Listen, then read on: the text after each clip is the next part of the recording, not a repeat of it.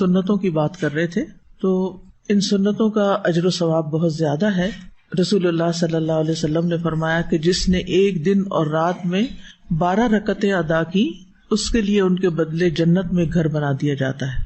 تو سب سے پہلے ہم دیکھتے ہیں فجر کی سنتوں کو. فجر سے پہلے 2 سنتیں پڑھی جاتی ہیں. حضرت عائشہ سے روایت ہے، وہ کہتی ہیں کہ نبی صلی اللہ علیہ وسلم نوافل میں سے کسی کا اس قدر اہتمام نہیں کرتے تھے جتنا فجر سے پہلے کی 2 رکعتوں کا، یعنی انہیں پابندی سے ادا کرتے تھے. یعنی سب سے زیادہ کس چیز کا اہتمام کرتے؟ فجر کی سنتوں کا. نبی صلی اللہ علیہ وسلم کسی حال میں بھی یہ سنتیں نہیں چھوڑتے تھے. قابوس اپنے والد سے روایت کرتے ہیں، انہوں نے کہا کہ میرے والد نے ایک عورت کو عائشہ رضی اللہ تعالی عنہا کی طرف بھیجا تاکہ وہ ان سے سوال کرے کہ کون سی نماز رسول اللہ صلی اللہ علیہ وسلم کو زیادہ محبوب تھی، یعنی آپ پسند کرتے تھے، یعنی جس پر آپ ہمیشگی کرتے تھے، کبھی بھی آپ اس کو نہیں چھوڑتے تھے. تو انہوں نے کہا وہ نماز جو آپ کسی صورت نہ چھوڑتے، خواہ صحت مند ہوتے یا مریض ہوتے یا سفر میں ہوتے یا مقیم ہوتے، وہ فجر سے پہلے کی 2 رکعتیں ہیں. سمجھ آگئی؟ یعنی آپ کو یہ نماز بہت زیادہ محبوب تھی، فجر سے پہلے کی 2 سنتیں جو کسی حال میں بھی آپ نہیں چھوڑتے تھے، نہ صحت کی حالت میں، نہ مرض کی حالت میں، نہ سفر کی حالت میں، نہ قیام کی حالت میں. اگر کوئی چیز نبی صلی اللہ علیہ وسلم کو محبوب ہو، آپ کو پیاری ہو، تو ہمیں بھی پیاری ہونی چاہیے. بہت سے لوگ اس بات کا دعویٰ تو کرتے ہیں کہ وہ اللہ تعالیٰ سے محبت کرتے ہیں. ہم سب یہ دعویٰ کرتے ہیں نا، لیکن اس محبت کو ثبوت نہیں دیتے. اس محبت کا ثبوت رسول اللہ صلی اللہ علیہ وسلم کی سنت کی پیروی میں ہے. اگر ہمیں واقعی اللہ تعالیٰ سے محبت ہے تو پھر ہمیں کیا کرنا چاہیے؟ صبح سویرے اٹھ کر جو پہلی نماز ہم پڑھتے ہیں، یعنی دن کے آغاز میں، وہ صحیح طور پر ادا ہونی چاہیے. یعنی اس کے صرف فرض نہ پڑھ لیں بلکہ سنتیں بھی پڑھیں. صحیح مسلم کی حدیث ہے، حضرت عائشہ رضی اللہ عنہا روایت کرتی ہیں، رکعت الفجر خیر من الدنیا وما فیہا، فجر سے پہلے کی 2 رکعتیں دنیا اور جو کچھ اس میں ہے اس سے بہتر ہیں. دنیا کی کوئی بھی چیز جس کو حاصل کرنے کا ہمیں شوق ہوتا ہے، اس کے لیے ہم کتنی ایفرٹ لگاتے ہیں، کتنی تگ و دو کرتے ہیں، کتنی بھاگ دوڑ کرتے ہیں، اور پھر اگر وہ مل جائے تو کتنے خوش ہوتے ہیں اور سب کے ساتھ شیئر کرتے ہیں. ان سب چیزوں سے بہتر ہے یہ 2 رکعتیں. ایک اور روایت ہے صحیح مسلم کی، حضرت عائشہ رضی اللہ عنہا سے روایت ہے کہ نبی صلی اللہ علیہ وسلم نے طلوع فجر کے وقت 2 رکعت نماز پڑھنے کے بارے میں فرمایا کہ ان کو پڑھنا میرے نزدیک ساری دنیا سے زیادہ محبوب ہے. قال فی شأن الرکعتین عند طلوع الفجر، فجر کب طلوع ہوتی ہے؟ جب سورج نکلتا ہے، جب آپ روزہ بند کرتے ہیں، جب رات کا اختتام ہو جاتا ہے. ابن القیم رحمہ اللہ کہتے ہیں کہ جب آپ صلی اللہ علیہ وسلم سورۃ الفاتحہ سے فارغ ہو جاتے تو آپ اس کے علاوہ کسی اور سورت کو پڑھنے لگتے، اور کبھی آپ اس سورت کو لمبا کرتے، کبھی سفر یا کسی اور وجہ سے سورت کو ہلکا کر دیتے، اکثر میانہ روی اختیار کرتے. 3 صورتیں ہو گئی، کون سی؟ خوب لمبا، بالکل چھوٹا اور درمیانہ. تو اکثر کیا کرتے تھے؟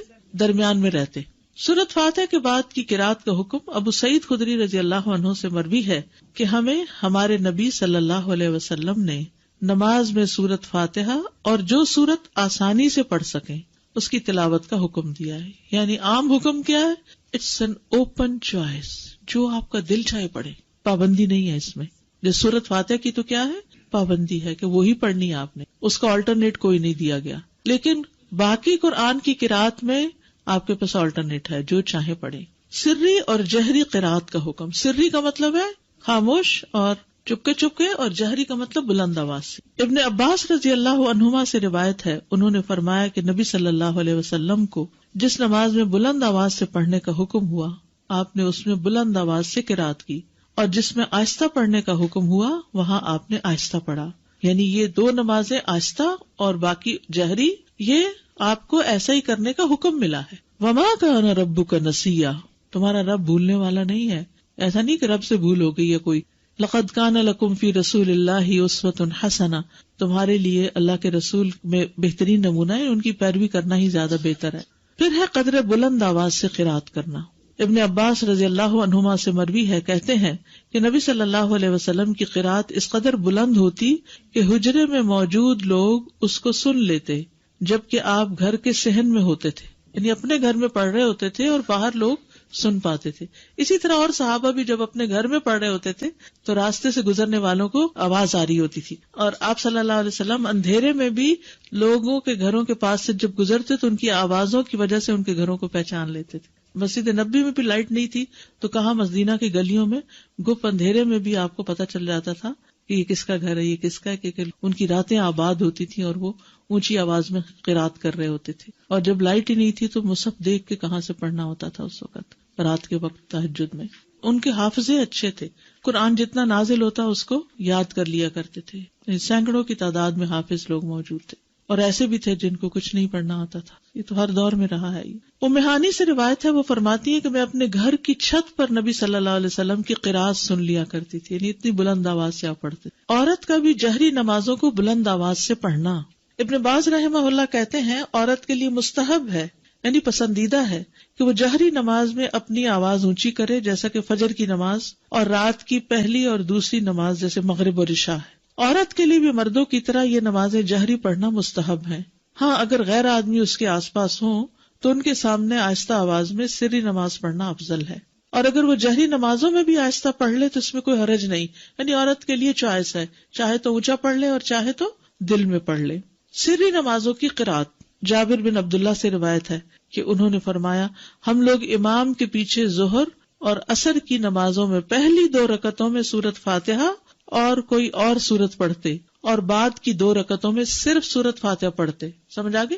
ظہر اور عصر میں پہلی 2 رکعتوں میں فاتحہ کے بعد کوئی سورت, اور آخری 2 رکعتوں میں صرف سورۃ فاتحہ. باقی نمازوں میں بھی ایسے ہی ہوتا ہے, لیکن اس میں پہلی 2 رکعتوں میں جہری قرات ہوتی. مقتدی سری نمازوں کی آہستہ قرات کرے گا. عمران بن حسین سے روایت ہے, انہوں نے کہا رسول اللہ صلی اللہ علیہ وسلم نے ہمیں ظہر یا عصر کی نماز پڑھائی, پھر فرمایا تم میں سے کس نے میرے پیچھے سبح اسم ربک الاعلی پڑھی؟ تو ایک آدمی نے کہا میں نے پڑھی, اور میں اس سے خیر کے سوا اور کچھ نہیں چاہتا تھا, یعنی نیکی سمجھ کے کیا ایسے. آپ نے فرمایا مجھے علم ہو گیا تھا کہ تم میں سے کوئی مجھے اس میں الجھا رہا ہے, یعنی آپ بھی وہی سورت پڑھ رہے تھے اور پیچھے والا بھی تھوڑی تھوڑی اونچی آواز میں پڑھنے لگا, اور وہ نیکی کی نیت سے پڑھنے لگا کہ چلو میں بھی. بعض اوقات کوئی قاری اتنا اچھا پڑھ رہا ہوتا ہے کہ انسان بھول ہی جاتا ہے کہ اس نے چپ کر کے سننا ہے, وہ بھی ساتھ شروع ہو جاتا ہے.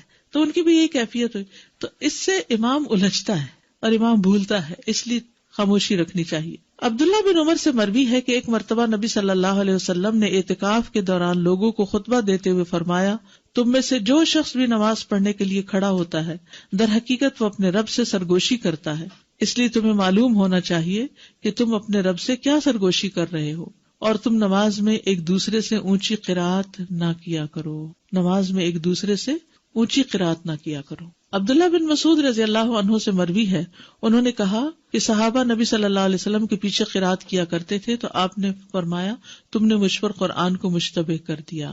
یہ پچھلی حدیث ہے نا کہ ایک دوسرے سے اونچی قرات نہ کیا کرو. اس کا مطلب یہ ہے کہ اگر کچھ لوگ اپنی اپنی نماز بھی پڑھ رہے ہیں, جیسے سنت وغیرہ پڑھ رہے ہیں, تو اس میں اتنی اونچی آواز سے نہ پڑھے کہ جو پاس کھڑا ہے وہ ڈسٹرب ہو جائے. کئی لوگ امام کے پیچھے بھی آہستہ آہستہ اونچا پڑھتے ہیں, وہ دوسرے کو خلل میں ڈال دیتے ہیں. تو اتنی بس آواز ہو کہ آپ خود ہی سن سکیں, دوسرا ڈسٹرب نہیں ہونا چاہیے. اگر فرد نماز میں ہم غلطی سے آخری 2 رکعت میں بھی کوئی سورت پڑھ لیں, کوئی حرج نہیں. آرڈر امپورٹنٹ ہے, ضروری نہیں. ضروری نہیں. اچھا ہے اگر ہو, لیکن اگر یاد نہ رہے تو حرج نہیں. جو قرآن نماز میں پڑھا جاتا ہے وہ زیادہ افضل ہوتا ہے, زیادہ باعث اجر ہے بنسبت اس کے کہ جو خالی ہم مصحف لے کے بیٹھ کے پڑھتے ہیں. یعنی نماز کے اندر جو ہم تلاوت کرتے ہیں وہ افضل ہے. الذین آتیناہم الکتاب یتلونہ حق تلاوتہ اولئک یؤمنون بہ ومن یکفر بہ فاولئک ھم الخاسرون. وہ لوگ جنہیں ہم نے کتاب دی ہے اسے پڑھتے ہیں جیسے اس کی تلاوت کا حق ہے, یہ لوگ اس پر ایمان رکھتے ہیں, اور جو کوئی اس کے ساتھ کفر کرے تو وہی لوگ خسارہ اٹھانے والے ہیں. تلاوت کرنا قرآن کو خوبصورت بنانا ہے, تزیین ہے قرآن کی. براء ابن عازب سے روایت ہے, کہتے ہیں کہ رسول اللہ صلی اللہ علیہ وسلم نے فرمایا زینوا القرآن, قرآن کو زینت بخشو, باصواتکم, اپنی آوازوں سے. سبحان اللہ, ہر چیز کو بیوٹیفائی کرتے ہیں نا, آپ اپنے چہرے کو بیوٹیفائی کرتے ہیں, اپنے گھر کو کرتے ہیں, اپنی چیزوں کو کرتے ہیں, اپنے ہاتھوں کو, ناخنوں کو, کس کس چیز کو. یعنی انسان کے اندر ایک یہ حص ہے نا کہ اسے خوبصورت چیزیں اچھی بھی لگتی ہیں اور وہ ان کے لیے کوشش بھی کرتا ہے. اب جو چیزیں تو نظر آتی ہیں ان کو تو آپ اپنے ہاتھوں سے کچھ اوپر لگا کے کچھ کر کے خوبصورت بناتے ہیں، لیکن قرآن کو آپ کیسے خوبصورت بناتے ہیں، زینت بخشتے ہیں اس کو خوبصورت آواز سے پڑھ کے، عمدہ طریقے سے پڑھ کے. ہم لوگ قرآن کو زینت کیسے بخشتے ہیں؟ خوبصورت غلاف چڑھا کے، مخمل کے، اور ستارے پھر اوپر لگا لیتے ہیں، اور ستاروں کے اوپر موتی بھی لگا لیتے ہیں، اور پھر اوپر رکھ دیتے ہیں اور اس سے گھر کو سجاتے ہیں. اور جب پڑھنے کی باری آتی ہے تو 2 لائنیں ٹھیک سے نہیں پڑھ سکتے، جبکہ نبی صلی اللہ علیہ وسلم نے فرمایا زین القرآن باصواتکم، اپنی آوازوں کے ذریعے قرآن کو زینت بخشو. ہر انسان کے اندر اچھی آواز سننے کا ایک ذوق پایا جاتا ہے، اور آوازیں انسان کے دل پر اثر انداز ہوتی ہیں. گانا لوگ کیوں پسند کرتے ہیں؟ اگرچہ الفاظ اس کے گھٹیا بھی ہوتے ہیں، اور لوگوں کو اس گانے کے بعض اوقات یا نعت کا خاص طور پر ان کو الفاظ کو کچھ سمجھ نہیں آ رہی تھی کیا پڑھا جا رہا ہے، صرف آواز ہوتی ہے اس میں. یعنی بعض اوقات جیسے اب ربیع الاول آیا چاہتا ہے اور گھر گھر میں میلاد ہوتے ہیں، تو اس میں بس نعتوں کی جو سلیکشن کر لیتے ہیں لوگ، اس میں بعض اوقات ٹوٹلی وہ شرکیہ ہوتے ہیں الفاظ، بعض اوقات ویسے ہی غلط ہوتے ہیں. اور جب ان سے پوچھا جائے کہ یہ کیا ہے، اس کا مطلب کیا، تو ایک دفعہ ایسے ہی مجھے کسی نے لیکچر کے لیے بلایا تو میں وہاں گئی تو مجھے پتا چلا کہ یہاں تو کوئی میلاد ہے. تو مجھ سے پہلے کسی نے، ایک بہت پڑھی لکھی خاتون تھی، انہوں نے ایک نعت پڑھی. جب وہ پڑھ نہیں تھے تو میں نے لکھ لیا یہ کیا کہہ رہی ہیں. پھر میں نے اس سے آغاز کیا، میں نے کہا کہ ان الفاظ کا معنی کیا ہے؟ آپ نے سوچا؟ اب دیکھیے کہ اس کا مطلب یہ بنتا ہے. مکمل شرک تھا. تو ان کی آنکھیں کھل گئی. یہ کہا جا رہا تھا کیونکہ کوئی سوچتا ہی نہیں کہ کیا رہے ہیں، صرف کس چیز کو فالو کر رہے تھے، ٹیونز کو. وہ انڈین گانوں کی ٹیونز کبھی کسی کی تو صرف کاپی کیا جا رہا ہوتا، کیونکہ انسان کے اندر ایک طلب ہے نا. اب اس کو پتا چلا گانا سننا تو منع ہے، اچھے الفاظ نہیں ہے، شرم کی بات ہے، تو چلو نعت سن لیتے ہیں. نعت کو وہ الٹرنیٹ بنا لیتے ہیں، اور جب وہ نعت سننے لگتے ہیں تو اس میں وہ گانے سے بھی زیادہ بدترین جب شرک آ جاتا ہے اس میں عمل برباد. آپ دیکھیے شرک ایسی چیز ہے جس سے عمل برباد ہو جاتے ہیں، معمولی چیز نہیں ہے. اور ایسی مجلس میں نہیں بیٹھنا چاہیے کہ جس میں شرک کی باتیں ہو رہی ہوں. لیکن بعض اوقات اتفاق ہو جاتا ہے، آپ کے سامنے ایسی چیزیں آ جاتی ہیں تو پھر آپ کا فرض بنتا ہے کہ آپ لوگوں کو سمجھائیں بھی. اور سمجھانے کا طریقہ یہ ہونا چاہیے کہ ان الفاظ کو کھول کے ان کے سامنے رکھ کے انہی سے پوچھیں، ان سے کوسچن کریں. اچھا بعض اوقات کہتے نہیں ہمارا یہ مطلب نہیں، ہم تو یہ کہتے ہیں. بھائی آپ مطلب کچھ بھی بنائے، لفظ تو یہی کہہ رہے ہیں. تو جب انسان صحیح طور پر قرات کر لیتا ہے یا اچھی قرات کا ذوق اس کو ہو جاتا ہے، وہ سننے لگتا ہے، تو آپ یقین کریں دنیا کی کوئی دوسری آواز اچھی بھی نہیں لگتی، کچھ اور پھر دل پہ لگتا ہی نہیں.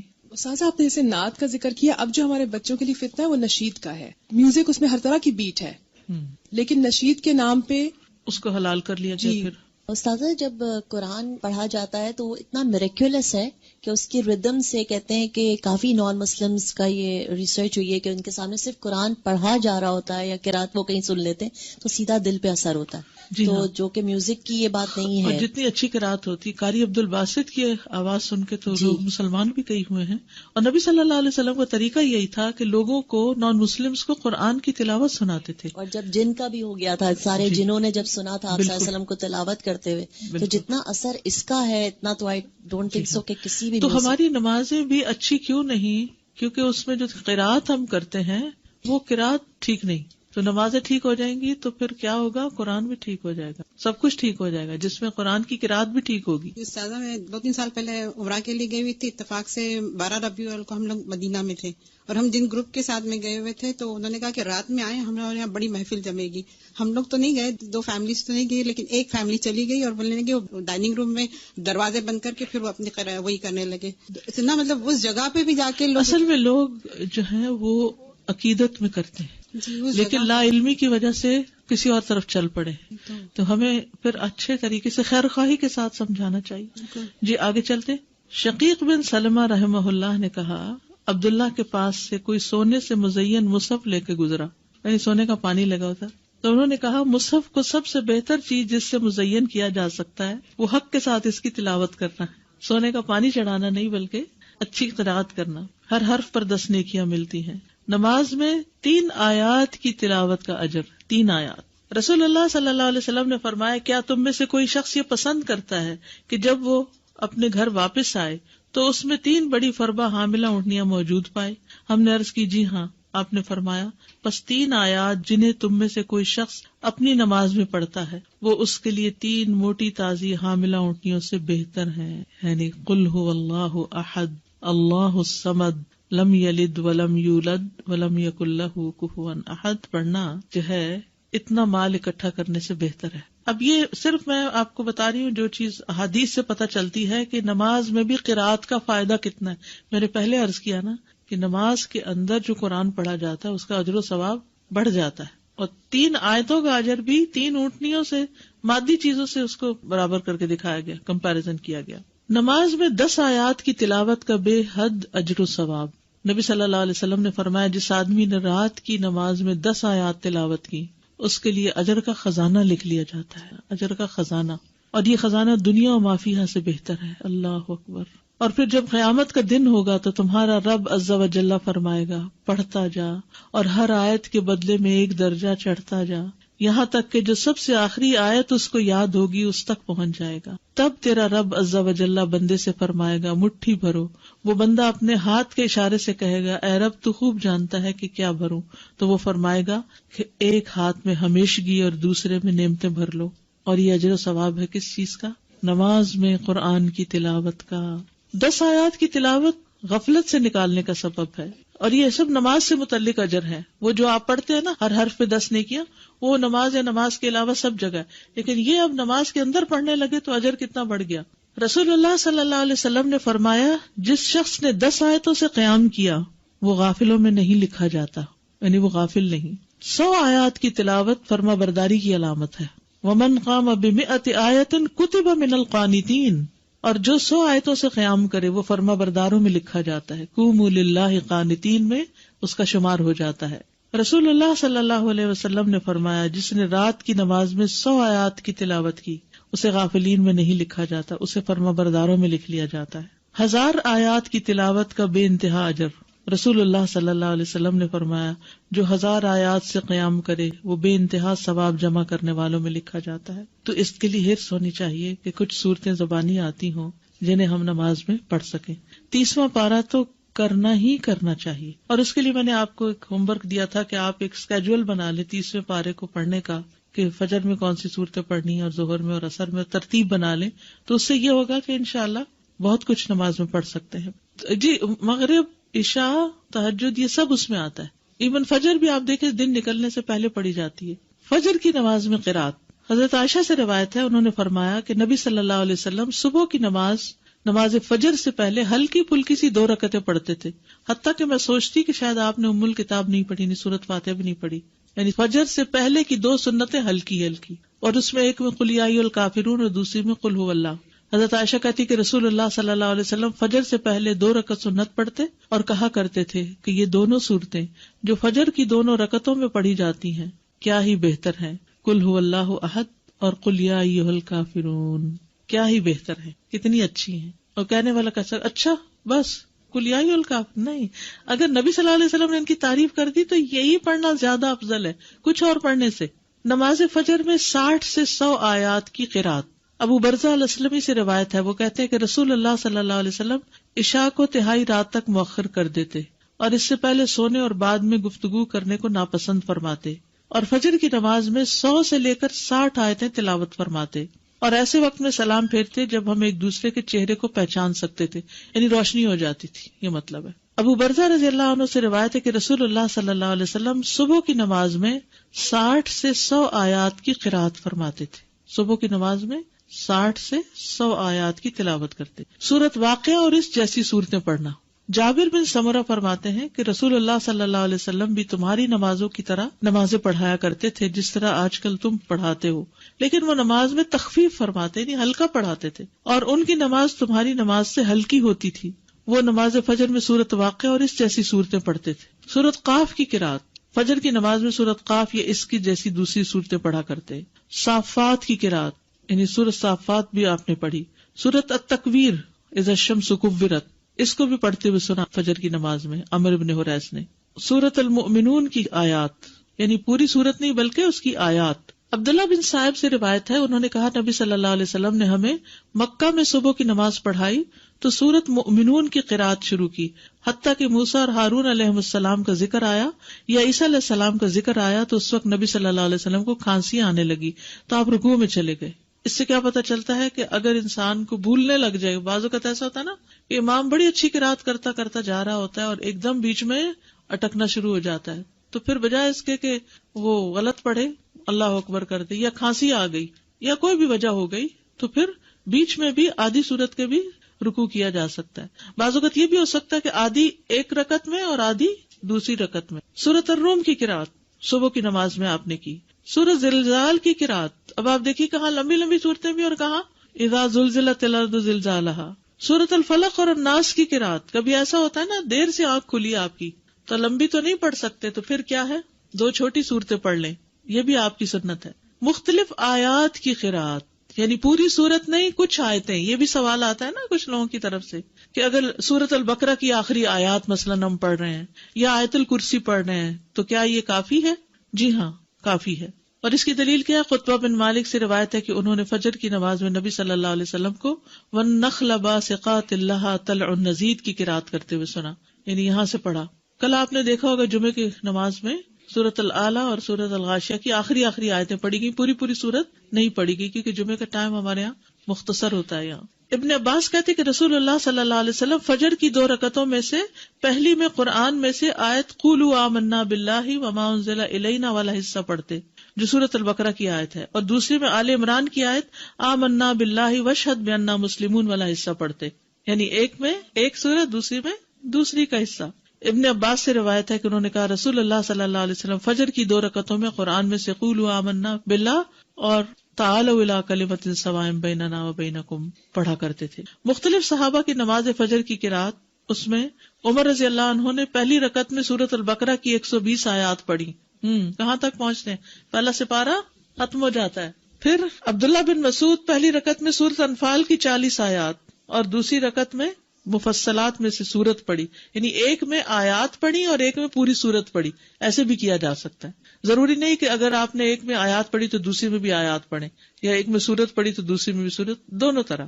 قتادہ نے اس شخص کے متعلق جو ایک سورت کو 2 رکعتوں میں اس کے 2 حصے کر کے یا ایک ہی سورت کو 2 رکعت میں دہراتا ہے، فرمایا یہ سب اللہ کی کتاب ہے، ہر طرح سے پڑھنا جائز ہے۔ سورت اخلاص کی قرات ہر سورت میں ایک صحابی پڑھتے تھے، تو آپ کو شکایت کی گئی تو آپ نے پوچھا اس سے، تو اس نے جواب دیا مجھے اس سورت سے محبت ہے۔ آپ نے فرمایا تیرا اس سورت سے محبت کرنا تجھے جنت میں داخل کر دے گا، ٹھیک ہے۔ اچھا، جمعے کے دن فجر کی نماز کی پہلی رکعت میں سورت السجدہ اور دوسری میں الدہر پڑھا کرتے تھے۔ اچھا، یہ جو ساری احادیث آپ کے سامنے میں نے رکھی ہیں، اس سے آپ کو سمجھ میں کیا آیا؟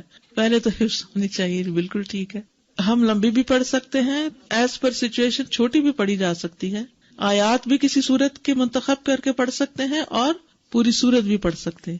جی، فجر کی نماز لمبی پڑھی ہے، اب آگے ظہر اور عصر مغرب سب نمازوں کا انشاءاللہ ذکر کریں گے کہ کیا کیا پڑھا ہے۔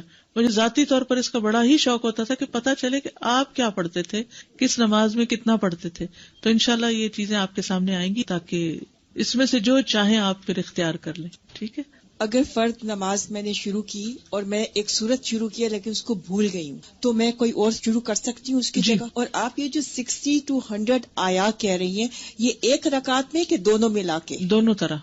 نماز کے بعد کے اذکار، ایک بار اللہ اکبر کہنا اور اونچی آواز میں۔ ابن عباس کہتے ہیں میں نبی صلی اللہ علیہ وسلم کی نماز کے مکمل ہونے کو تکبیر کی وجہ سے سمجھ جاتا تھا، یعنی سلام پھیرنے کے بعد آپ اللہ اکبر کہتے۔ نمبر 2، 3 بار استغفر اللہ کہنا، میں اللہ سے بخشش مانگتا ہوں۔ صبان کہتے ہیں کہ رسول اللہ صلی اللہ علیہ وسلم جب اپنی نماز سے فارغ ہوتے تھے تو 3 مرتبہ استغفار فرماتے۔ ولید کہتے ہیں کہ میں نے اوزائی سے پوچھا آپ استغفار کس طرح فرمایا کرتے تھے، تو انہوں نے کہا آپ اس طرح فرماتے استغفر اللہ استغفر اللہ استغفر اللہ۔ اس کی کیا حکمت ہے؟ نماز کے بعد استغفار کرنے، استغفار کا مطلب ہے بخشش مانگنا، یعنی اگر کوئی ہم سے غلطی ہو گئی ہے، بھول چوک ہو گئی ہے تو اللہ تعالیٰ اس کو معاف کر دینا اور ہماری نماز قبول کر لینا، غلطی معاف کر کے۔ نمبر 3، اللہم انت السلام ومنک السلام تبارکت ذی الجلال والاکرام۔ استغفار کے بعد صوبان رضی اللہ عنہ کہتے ہیں کہ رسول اللہ صلی اللہ علیہ وسلم جب اپنی نماز سے فارغ ہوتے تو 3 مرتبہ استغفار فرماتے اور یہی پڑھتے اللہم انت السلام آخر تک۔ نمبر 4، لا الہ الا اللہ وحدہ لا شریک لہ لہ الملک ولہ الحمد وہو علی کل شیء قدیر، 3 بار۔ حدیث ہے مغیرہ بن شعبہ کے کاتب وارد سے مروی ہے کہ معاویہ رضی اللہ عنہ نے مغیرہ کو لکھا کہ کوئی حدیث جو آپ نے رسول اللہ صلی اللہ علیہ وسلم سے سنی ہو وہ مجھے لکھ کر بھیجیں. راوی نے بیان کیا کہ پھر مغیرہ رضی اللہ عنہ نے انہیں لکھا کہ میں نے آپ صلی اللہ علیہ وسلم سے سنا ہے آپ اپنی نماز سے فارغ ہونے کے بعد 3 مرتبہ یہ دعا پڑھتے. یہ پیغمبروں کی دعا ہے نا جو عرفہ کے دن سب پیغمبروں نے مانگی. لا الہ الا اللہ وحدہ لا شریک لہ لہ الملک ولہ الحمد وہو علی کل شیء قدیر. 5ویں دعا ہے لا الہ الا اللہ وحدہ لا شریک لہ لہ الملک ولہ الحمد وہو علی کل شیء قدیر. اللہم لا مانع لما اعطیت ولا معطی لما منعت ولا ينفع ذا الجد. ایک روایت میں منک الجد بھی آتا ہے، یہ اگلی روایت ہے ولا ينفع ذا الجد منک الجد.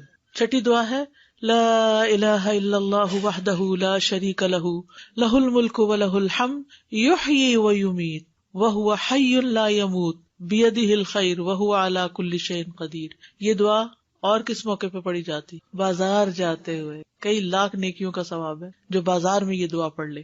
اللہم لا مانع لما اعطیت ولا معطی لما منعت ولا ينفع ذا الجد منک الجد. ترجمہ دیکھ رہے ہیں نا آپ سامنے. 3 بار پڑھنا، ٹھیک ہے، یعنی لا الہ الا اللہ وحدہ 3 بار اور پھر اللہم لا مانع. 7ویں دعا لا الہ الا اللہ وحدہ لا شریک لہ لہ الملک ولہ الحمد وہو علی کل شیء قدیر.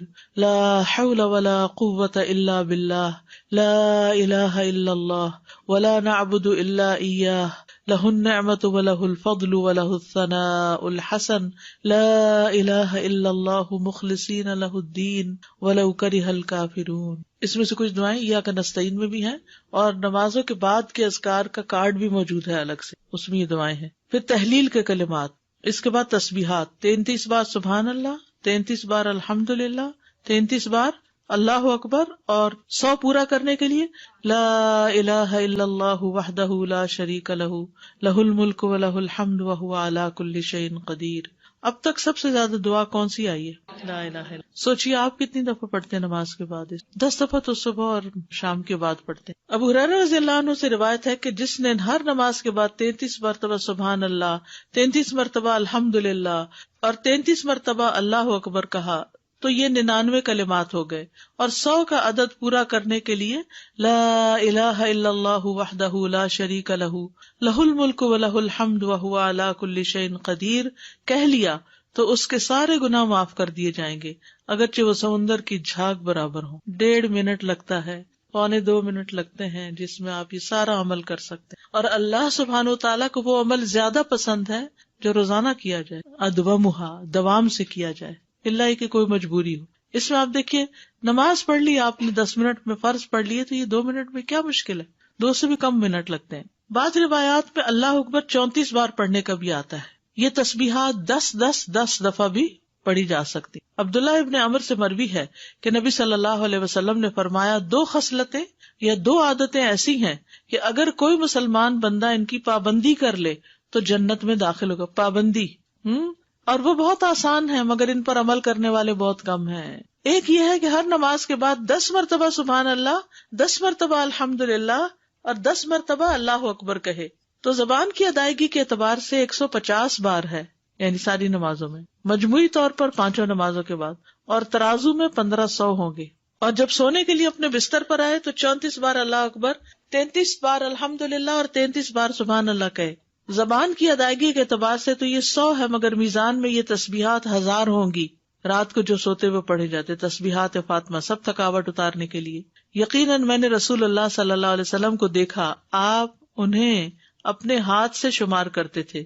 صحابہ نے پوچھا اللہ کے رسول یہ کیسے ہے کہ یہ آسان عمل ہے مگر ان پر عمل کرنے والے تھوڑے ہیں؟ آپ نے فرمایا سوتے وقت میں کسی کے پاس شیطان آ جاتا ہے اور پہلے اس سے کہ وہ تسبیح پوری کرے وہ اسے سلا دیتا ہے، اور اسی طرح اس کی نماز میں شیطان آ جاتا ہے اور یہ تسبیحات پڑھنے سے پہلے ہی کوئی کام یاد دلا دیتا ہے. ہوتا تو یہی ہے نا، حقیقت ہے.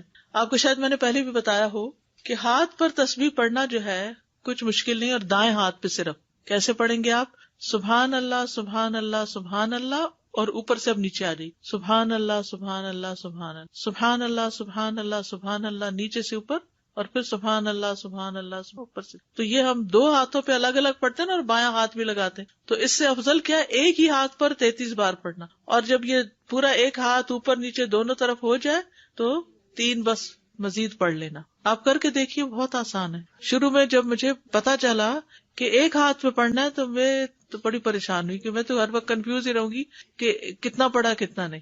تو پھر میں الحمدللہ عمرے پر گئی ایک بار، تو اس میں مدینہ میں تو مغرب کے بعد جیسے بیٹھ جاتا ہے نا عشاء تک، تو میرے ساتھ ہی کوئی جاپنیز لڑکی تھی یا کوئی کورین یا ایسی کوئی تھی، تو بہت اچھے طریقے سے ادب آداب کے ساتھ اپنے بیٹھی ہوئی ذکر کر رہی تھی. تو اچانک میری نگاہ اس کے ہاتھ پر پڑی تو وہ یہی کر رہی تھی، اوپر سے نیچے نیچے سے اوپر. تو میں نے کہا اوہ اتنا آسان ہے، کیونکہ میں جب ایک ہی ہاتھ پہ 2 دفعہ پڑھتی تو کبھی کہتی پتہ نہیں پڑھا ہے 1 دفعہ پڑھا کہ 2 دفعہ. تو اس طرح اب اتنا آسان ہو گیا اور بڑے سکون سے پڑھا جاتا ہے. جہاں سے مرضی شروع کریں، جیسے آپ کا طریقہ ہے. میرا طریقہ چونکہ یہاں سے شروع کرنے کا تھا تو اس لیے نیچے سے 3 اوپر تو اوپر سے. بعض لوگ تو 100 کے لیے پتہ نہیں یہ بھی بتاتے یہاں سے ایسے پھر ایسے پھر ایسے پھر ایسے، پھر مجھے جھنجٹ لگتا ہے، کیونکہ انگلیاں بھی مستنطقات ہیں نا، قیامت کے دن بولیں گی.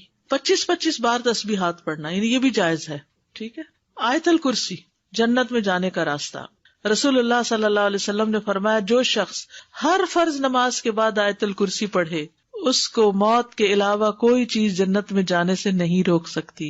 سبحان اللہ. یعنی نماز پڑھی اور نماز کے بعد آیت الکرسی پڑھ کے آپ دیکھیے کتنی دیر لگتی ہے، شاید ہارڈلی منٹ بھی نہ لگتا ہو. اور یہ سب سے افضل آیت ہے. ابو ذر غفاری کہتے ہیں کہ میں مسجد حرام میں داخل ہوا اور رسول اللہ صلی اللہ علیہ وسلم کو اکیلے دیکھ کر آپ کے پاس آ کر بیٹھ گیا. میں نے کہا یا رسول اللہ کون سی آیت سب سے افضل ہے جو آپ پر نازل ہوئی؟ آپ نے فرمایا آیت الکرسی. کرسی کے مقابلے میں 7 آسمان اس طرح جیسے بیابان زمین میں کوئی چھلا پڑا ہوا، اور پھر کرسی کے مقابلے میں عرش کا حجم اس طرح ہے جیسے اس چھلے کے مقابلے میں بیابان کا وجود. قرآن کریم میں سب سے عظیم آیت ہے. جو آپ نے ابی ابن کعب سے پوچھا تھا تو انہوں نے جب جواب دیا تو آپ نے فرمایا کہ ابو المنذر تمہیں علم مبارک ہو. اس کے پڑھنے سے ایک محافظ آ جاتا ہے اور شیطان قریب بھی نہیں پٹکتا. جنات سے بچانے والی آیت ہے یہ. وہ آیت جو سورۃ البقرہ میں ہے، اسے کوئی شام کو پڑھے گا تو صبح تک پناہ میں رہے گا، جو صبح پڑھے گا شام تک ہم سے پناہ میں رہے گا، یعنی جنات سے. معوذات، سورۃ الاخلاص، سورۃ الفلق، سورۃ الناس، یہ بھی ایک بار پڑھنا ہوتی ہے نماز کے اذکار میں. عقبہ بن عامر کہتے ہیں کہ رسول اللہ صلی اللہ علیہ وسلم نے مجھے حکم دیا تھا کہ میں ہر نماز کے بعد معوذات پڑھا کروں. ہر نماز کے بعد معوذات پڑھا کروں. معوذات کی فضیلت کیا ہے؟ ان کی مثل پچھلی کتب میں کوئی صورت نہیں. یہ اتنی افضل صورتیں ہیں. رسول اللہ صلی اللہ علیہ وسلم نے فرمایا اے عقبہ بن عامر، کیا میں تمہیں ایسی صورتیں نہ سکھاؤں جو نہ تورات میں نازل ہوئی، نہ زبور میں، اور نہ انجیل میں، اور نہ ان جیسی فرقان میں ہے؟ تم پر ایک رات بھی ایسی نہ آئے کہ تم ان کو نہ پڑھو. جیسے ہم کہتے ہیں نا ایک دن بھی نہ آئے، جیسے عربی میں کہتے ہیں ایک رات بھی نہ گزرے.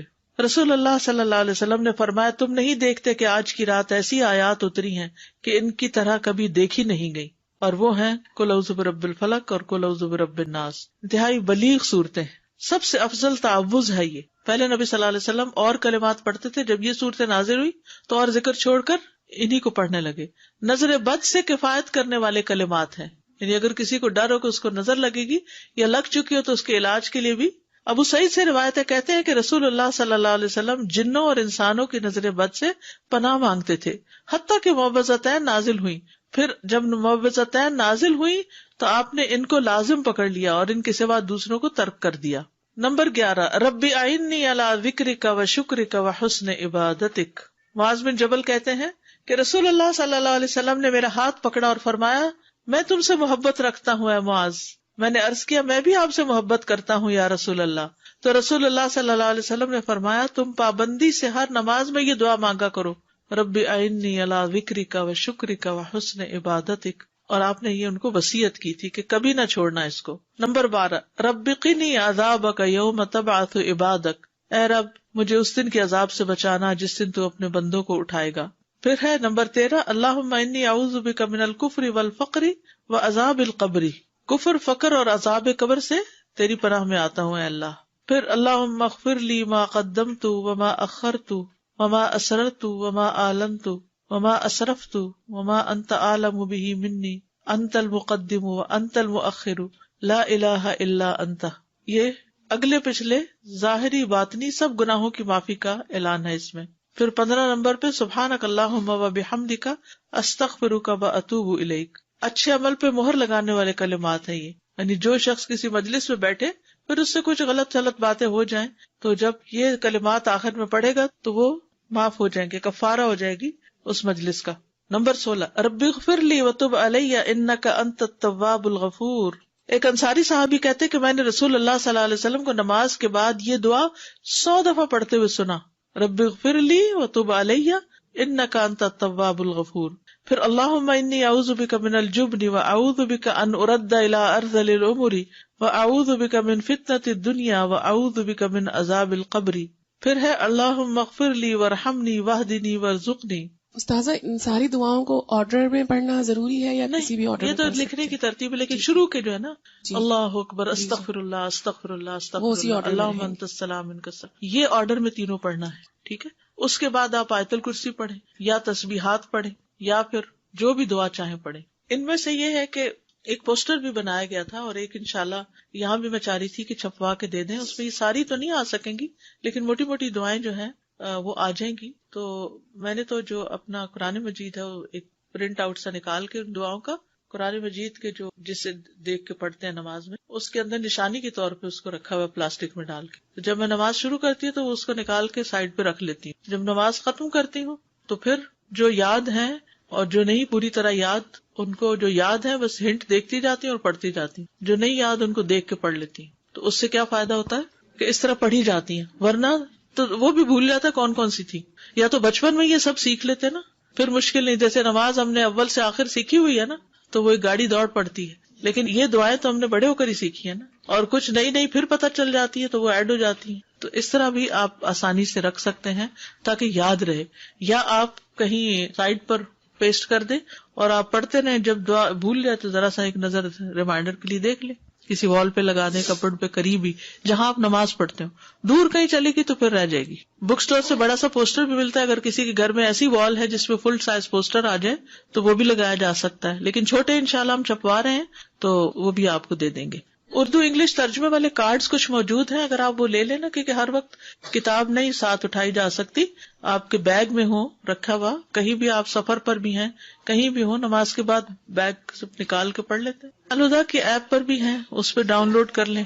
بس میں تو نماز ہو قرآن کا وقت ہو لیسن کی تیاری کا اور ڈر کے مارے فون کو ہاتھ نہیں لگاتی. جی سفر کے لیے ٹھیک ہے، کیونکہ فون کو ہاتھ لگ گیا تو بچنا مشکل ہے اور خوشبو بھی چلا جاتا ہے. اور ویسے بھی دیکھیے مصحف سے دیکھ کے یا ایک سالڈ چیز سے دیکھ کے پڑھنا اور ہی بات ہے.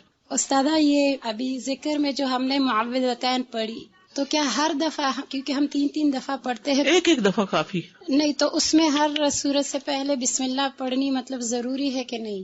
سورہ اخلاص پڑھی، پھر اس کے بعد جب سورہ فلق شروع کریں گے تو بسم اللہ دوبارہ اس کے ساتھ؟ ضروری نہیں ہے، کیونکہ بسم اللہ 2 سورتوں کے بیچ میں نشان ہے کہ ایک سورت ختم ہوئی اور دوسری شروع ہوئی. وہ مستقل آیت ہے، آیا مستقلہ، وہ سورت کا حصہ نہیں ہے. ٹھیک ہے، تو اس کے بغیر بھی سورت پڑھی جا سکتی ہے. ٹھیک ہے، مطلب ذکر کرتے ہوئے کنٹینیوسلی. جی ہاں پڑھ سکتے ہیں. جی استاد جیسے میں فجر کی نماز پڑھتی ہوں تو میری بیک میں پرابلم ہے، مجھے آرتھرائٹس ہے، تو میں کوشش کرتی ہوں کہ اپنی جو دعائیں ہیں وہ اپنے بیڈ پہ بیٹھ کے ذرا کمر کو ٹیک لگا کے پڑھ لوں. تو عزت تو کے بیڈ کے قریب ہی مصلی ہوتا ہے. جی بس ٹھیک ہے. مجھے صرف دعا کے حوالے سے سوال کرنا تھا کہ ہم دعا کرتے ہیں نیک بندوں کے لیے اور صالحین کے لیے. بظاہر جو لوگ نیک اور صالحین کی کیٹیگری میں نہیں آتے، ہم جج نہیں کر رہے، لیکن بظاہر کیا ہم ان کے لیے دعا کر سکتے ہیں؟ سب کے لیے. ہمارا گمان یہ ہونا چاہیے کہ کچھ لوگوں کی نیکیاں ظاہر ہوتی ہیں اور کچھ کی ہڈن ہوتی ہیں. جی بالکل. ہم ان کے نام لے کے بھی کر سکتے ہیں. نماز میں تو نہیں نام لیں گے لیکن بعد میں جی ہاں بالکل کر سکتے.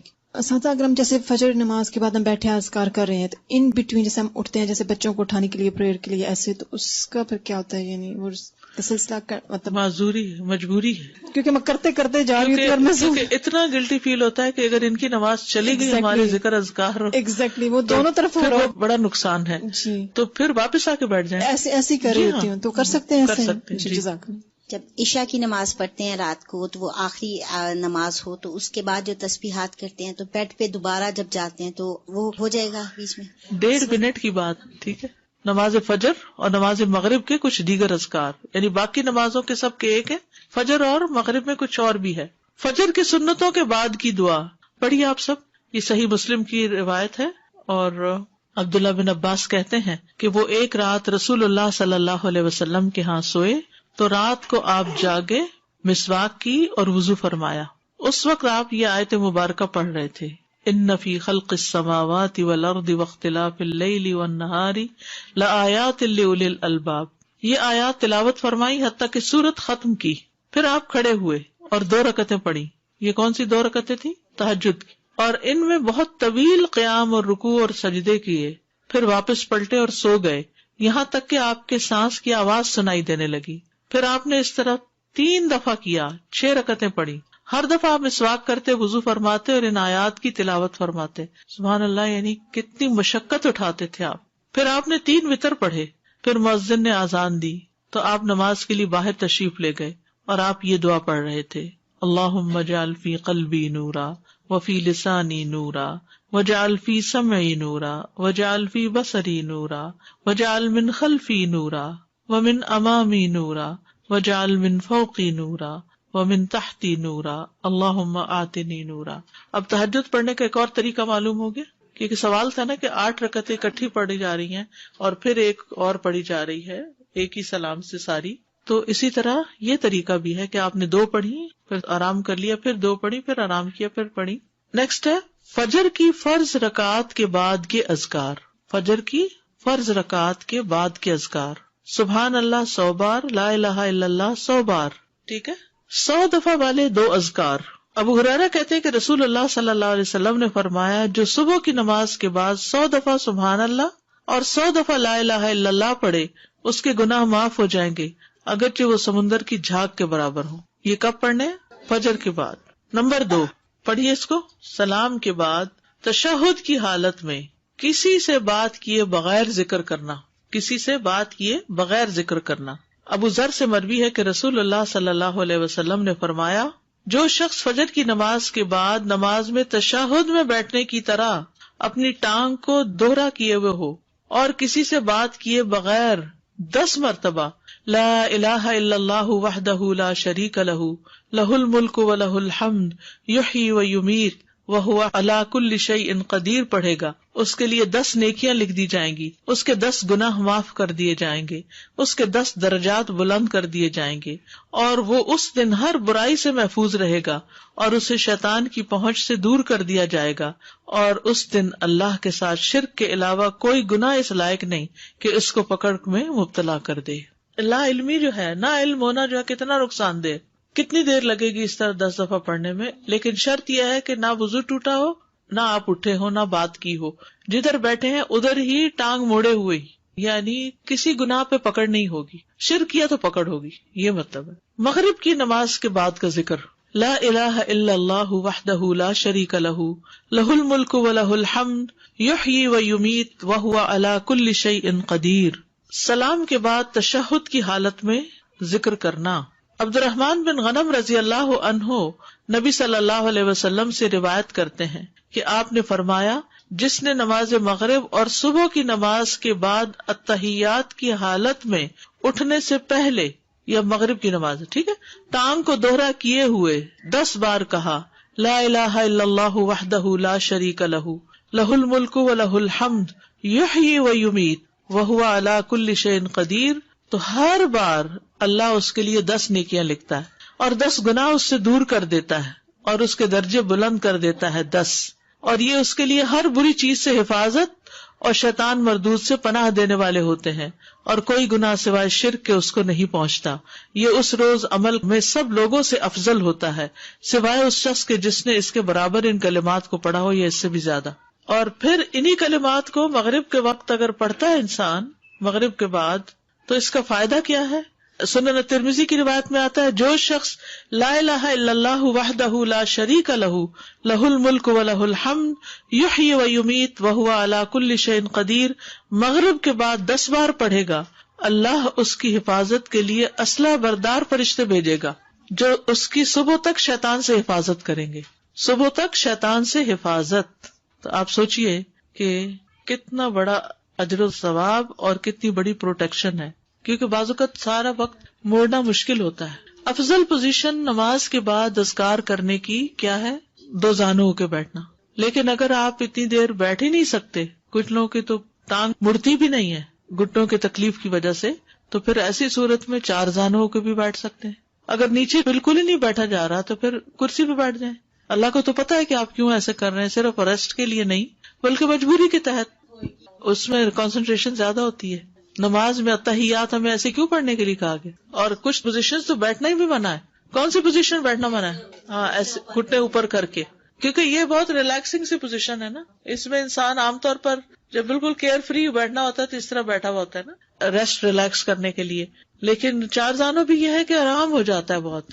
اس طرح بیٹھنے میں ذرا تھوڑی سی ایکٹیو بھی ہوتا ہے، تھوڑی تکلیف بھی ہوتی ہے، پاؤں سو بھی جاتے ہیں. یہ جو بیٹھنے کی ممانعت ہے تو یہ ہر وقت کے لیے ہے یا صرف ذکر کی محفلوں میں اور نماز کے بعد؟ یہ جو گھٹنوں کے اوپر، یہ ہر وقت ہی پسندیدہ نہیں ہے جی، کیونکہ اس میں ننگا ہونے کا بھی احتمال ہوتا ہے. اور اگر کپڑے ٹائٹ ہو تو ویسے ہی اعضاء نظر آ رہے ہوتے ہیں. سی تھرو نہ بھی ہو، ٹائٹ ہو تو جسم کا ہر حصہ الگ نظر آ رہا ہوتا ہے، الگ الگ ٹانگیں نظر آ رہی ہوتی. فرض نماز کے بعد جو ہماری ترتیب تھی اللہ اکبر اور استغفر اللہ، تو یہ ہم لا الہ الا اللہ جو پڑھیں گے اس کے بعد پڑھیں گے؟ اس کے بعد پڑھیں گے. استاد ایک کوشچن تھا کہ آپ صلی اللہ علیہ وسلم سنت کے بعد فجر کی سیدھی کروٹ لیٹا کرتے تھے، یہ پہلے پڑھا تھا نماز. جی ہاں، ایسا سنت؟ جی جی بالکل. جزاک اللہ خیر.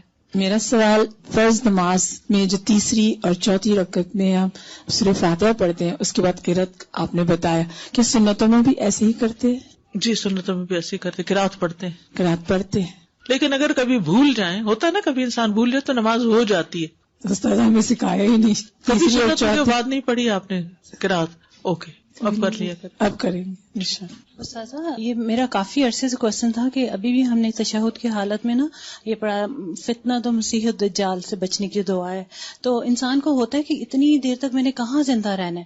تو یہ تھا میرا کوشچن، یہ کب سے تھا کہ میں نے کہیں سنا تھا آپ کے لیکچر میں کہ قبر میں بھی اس کا سوال کیا جائے گا، اتنا بڑا یہ فتنہ ہے. قبر کا جو وہ نا کہ فتنہ ہے مسیح الدجال کے قریب قریب ہے. وہ قبر کا جو فتنہ ہے، فتنۃ القبر آتا ہے نا دعاؤں میں، اللہم انی اعوذ بک من فتنۃ القبر ومن عذاب القبر. تو فتنۃ القبر کیا؟ قبر کا امتحان، سوالات. تو وہ اتنی سختی سے ہوں گے کہ وہ مسیح الدجال کے فتنے سے قریب تر ہے. وہ فتنہ بھی قبروں میں انسان آزمایا جائے گا. سادہ جب یہ ساری باتوں کی نالج آ جاتی ہے اور روز پڑھتے ہیں تو ایسا لگتا ہے جیسے کبھی کبھی آپ اوور ویلمڈ ہو جاتے ہیں کہ یہ میں کیسے کروں گی، because life is so busy here. جیسے پہلے آپ صلی اللہ علیہ وسلم ہم اپنی ان مصروفیات کو ختم کریں یا کم کریں جن کی ضرورت نہیں ہے. کچھ تو ہماری ضروریات ہے نا، کھانا پینا پکانا، کپڑے دھونا، گھر صاف کرنا، یہ تو ہے. لیکن کچھ چیزیں ہم نے ایکسٹرا ڈالی ہوئی ہیں، ان چیزوں کو کٹ کرنے کی ضرورت ہے اور آخرت کے لیے فوکس ہونے کی ضرورت ہے.